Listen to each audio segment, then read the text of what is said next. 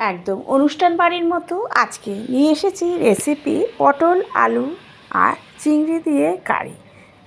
চিংড়ি মাছ দিয়ে পটল আলুর তরকারি কিভাবে রেসিপিটা রেডি করব অবশ্যই তোমরা কিন্তু দেখতে থাকো, তাহলে পুরো রেসিপিটা তোমরা দেখতে পাবে কিভাবে রেসিপিটা রেডি করছি। ওয়েলকাম ফ্রেন্ডস, ইনস্টা রান্নাঘর থেকে সুমা বলছি। আশা করি বন্ধুরা তোমরা সবাই ভালো আছো। এবার রেসিপিটা আমি শুরু করছি। আর শুরু করার আগে অবশ্যই যারা নতুন আছো একটু বেল আইকনটা প্রেস করো এবং পুরো রেসিপিটা দেখার অনুরোধ রইল। নিয়েছি পটল আর আলু, তার সাথে নিয়েছি চিংড়ি মাছ। পটল আলুটা আমি কেটে নিলাম, দেখো ডুমু ডুমু করে কেটে নিয়েছি। কেটে নেবার পরে কিন্তু আমি খুব ভালো করে ধুয়ে নিয়েছি। এবার একটা কড়াইয়ের মধ্যে দিয়ে দিলাম হচ্ছে তেল। তেল কিন্তু আমি প্রথম আমার রেসিপি যারা দেখো অবশ্যই তোমরা জানো আমি কিন্তু একটু তেল কমেই রান্না করি। দেখতে থাকো কিভাবে এটুকু তেলেই পুরো রেসিপিটা রেডি করছি। দিয়ে দিচ্ছি গোটা জিরে, দারচিনি আর শুকনো লঙ্কা, তেজপাতা, ফোড়নটা তেতে উঠলে দিয়ে দেবো পটল আর আলুটা।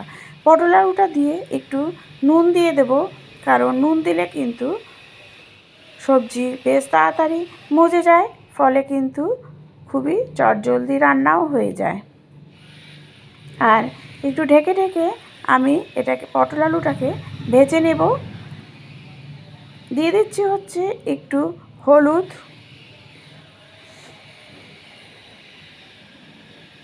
আর দিয়ে দিচ্ছি চিংড়ি মাছটা, কারণ 50% কিন্তু ভাজা হয়ে গেছে। এবার 50% কুকের জন্য আমার চিংড়ি মাছটা দিয়ে দিলাম। এর সাথে আমি পটল আলুটার সাথে চিংড়ি মাছটা ভেজে নেব। চিংড়ি মাছের সাথে পটল আলু ভাজা হয়ে গেছে।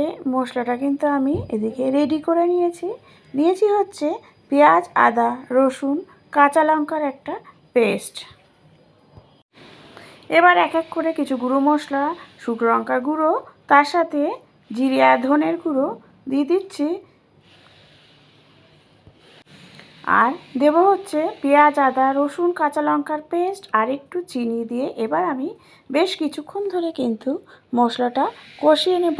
মশলা যত ভালো করে কষাবে ততই কিন্তু খেতে ভালো হবে। এর ফলে কিন্তু চটজলদি সবজিটাও কিন্তু খুব তাড়াতাড়ি সেদ্ধ হয়ে যাবে।